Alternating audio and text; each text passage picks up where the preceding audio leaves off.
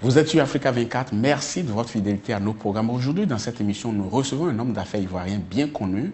Il a dirigé le Cotecna Côte d'Ivoire. Aujourd'hui, il s'est installé à son propre compte où il dirige EPC Group, entendez African Partner Company. Monsieur Guy-Serge Manois est notre invité. Merci d'avoir accepté notre invitation. Merci, Monsieur Breton. Comment passe-t-on de directeur général de Cotecna à directeur général de EPC Group? Je vous remercie d'abord de nous recevoir sur votre plateau.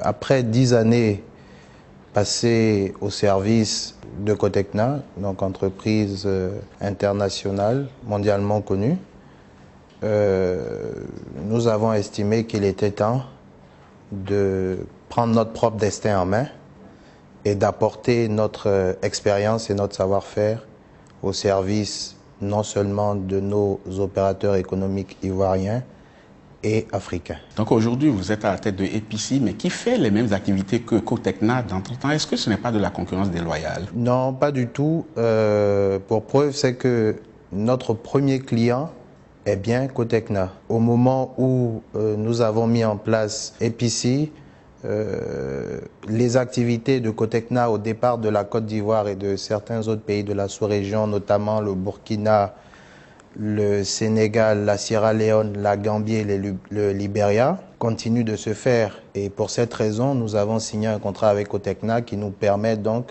de continuer les activités d'inspection avant embarquement dans le cadre de contrats gouvernementaux que le groupe suisse a passé donc avec des États. Donc vous voulez dire que les relations entre Cotecna aujourd'hui et EPC, ça se passe très bien? Ça se passe très très bien. Vous êtes spécialisé dans l'inspection des marchandises. Certainement que vous avez dû identifier un dysfonctionnement dans ce domaine-là. Alors, quel est l'état des lieux dans ce secteur? Quand je prends le cas de la Côte d'Ivoire, il y a pas mal de soucis au niveau du transport des marchandises, du transit des marchandises sur le territoire ivoirien. Problème de vol, de perte de marchandises, de déversement frauduleux de marchandises sur le territoire ivoirien.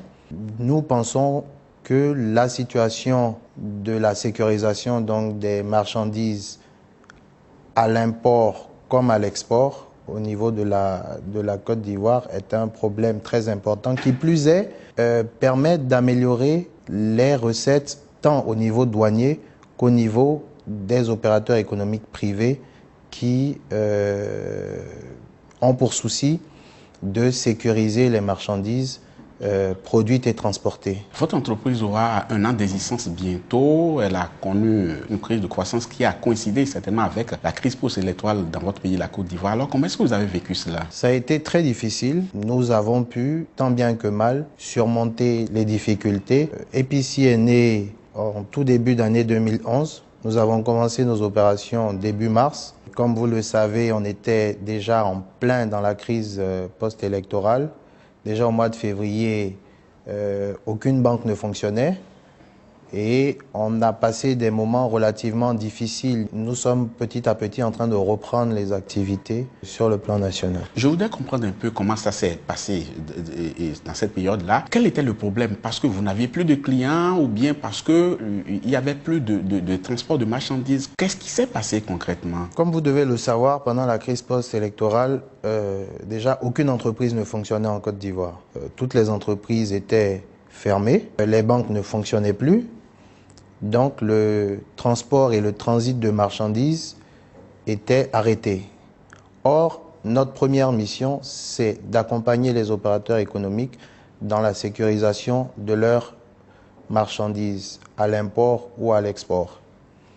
Bien entendu, aucune entreprise ne fonctionnant pas, il était quasiment impossible pour nous d'effectuer nos activités. Vous avez dit que vous êtes spécialisé dans l'inspection institutionnelle et dans l'assistance aux entreprises. Alors, l'inspection institutionnelle, c'est quoi? C'est d'effectuer des inspections avant embarquement pour le compte des États. Toutes les marchandises qui partent de la Côte d'Ivoire à destination du Burkina sont inspectées avant d'être embarquées. Alors, vous vérifiez quoi concrètement quand vous inspectez? Nous vérifions la conformité de l'intention de l'importateur burkinabé par rapport aux produits devant être livrés par l'exportateur ivoirien. Ça, c'est l'inspection institutionnelle. Alors, l'assistance aux entreprises, comment ça se fait? L'assistance aux entreprises, c'est un tout autre volet que nous pourrons qualifier d'inspections commerciales. Et ce sont des inspections qui consistent donc à assister une entreprise dans la sécurisation des biens qu'elle peut produire. Je prends l'exemple d'entreprises qui fabriquent de l'huile sur le territoire ivoirien, entreprises pour laquelle les zones de production sont à l'intérieur du pays et pour lesquelles il faut transporter l'huile brute vers Abidjan. Et donc, notre rôle dans cette chaîne, c'est d'aider cette entreprise donc, à sécuriser le transport de ce produit brut du lieu de production jusqu'au lieu de stockage, donc, afin de permettre une meilleure exploitation donc, de ce produit brut qui va être à la fin raffiné et pouvoir être mis à la consommation. Je vais m'attarder un peu sur ce volet. Il n'est pas rare de voir un camion qui est bien chargé à l'intérieur du pays, qui se retrouve au centre-ville ou bien sur les lieux de transformation, dépouillé d'une bonne partie quand même de sa cargaison. Comment situer les responsabilités? Alors, il est justement très difficile de situer des responsabilités dans ce cadre-là, raison pour laquelle nous sommes présents. On se rend compte par l'expérience que d'abord, nous avons en général un parc auto qui est vieillissant. On constate sur nos routes beaucoup de camions qui sont en panne. Donc, une panne peut occasionner justement une envie de personnes mal intentionnées qui voudraient dérober la cargaison. Donc, d'une part, on a ce problème. D'autre part, on a aussi le problème de transporteurs ou de chauffeurs qui, malheureusement, n'étant pas de bonne foi, pour certains, ont pour intention de prélever une partie de la cargaison transportée. Si je prends le premier aspect de votre développement, oui. Est-ce que cela ne peut pas être une condition avant que vous ne vous engagez auprès d'un client? Lui dit par exemple de renouveler l'entièreté de son parc automobile avant que vous ne vous engagez. Cela vous couvre et le couvre aussi, non? Vous savez, l'idéal aurait été ça, mais nous savons dans quelles conditions les entreprises aujourd'hui travaillent. Ce n'est pas évident financièrement. Quand vous devez prendre le coût, par exemple, d'un camion-citerne qui va vous faire à peu près 20 millions de francs CFA, il n'est pas aisé pour une entreprise de renouveler un parc automobile important. Qui plus est, les entreprises, en général, sous-traitent ces opérations de transport de marchandises avec des transporteurs.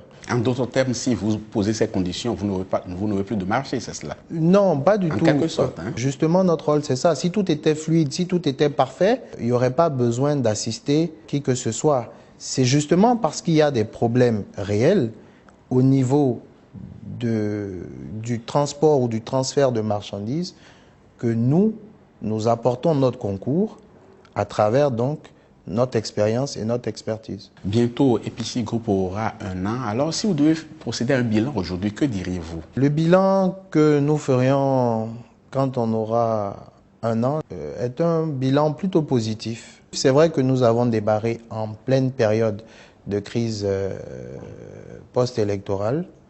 Nous avons connu les mêmes difficultés que toutes les entreprises en Côte d'Ivoire. Mais comme je disais tout à l'heure, nous notons que progressivement les activités reprennent. Et les activités reprenant, nous constatons donc une nette amélioration de nos activités.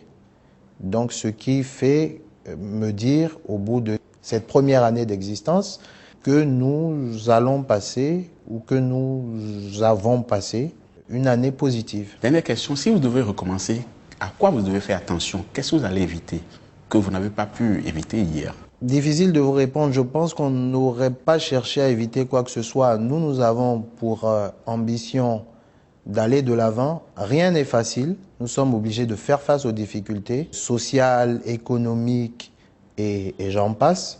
Et donc, nous allons et nous allions, si on devait recommencer, affronter les problèmes tels qu'ils se présenteraient et faire en sorte de les régler au fur et à mesure. EPICI Group est basé en Côte d'Ivoire, mais certainement le projet de s'étendre dans d'autres pays, non? Ou bien c'est déjà le cas? Alors, EPICI a donc son siège en Côte d'Ivoire, mais comme vous avez pu, je pense, dans vos recherches, vous en rendre compte. EPICI a un réseau. Nous avons des inspecteurs qui sont basés au Sénégal, qui couvrent donc le Sénégal et la Gambie. Nous avons des inspecteurs basés au Libéria qui couvrent le Libéria et la Sierra Leone. Et nous travaillons avec des inspecteurs qui sont basés au Burkina Faso. Monsieur Guy-Serge Manoir, merci beaucoup. Je rappelle que vous êtes le directeur général de EPICI Group. Nous arrivons à la fin de cette émission. Merci d'avoir été des nôtres. Merci beaucoup, monsieur Quant Gauthier. à vous, chers téléspectateurs, nous sommes à la fin de cette émission. Merci de l'avoir suivi. Nous vous laissons en compagnie des programmes d'Africa 24. À très bientôt.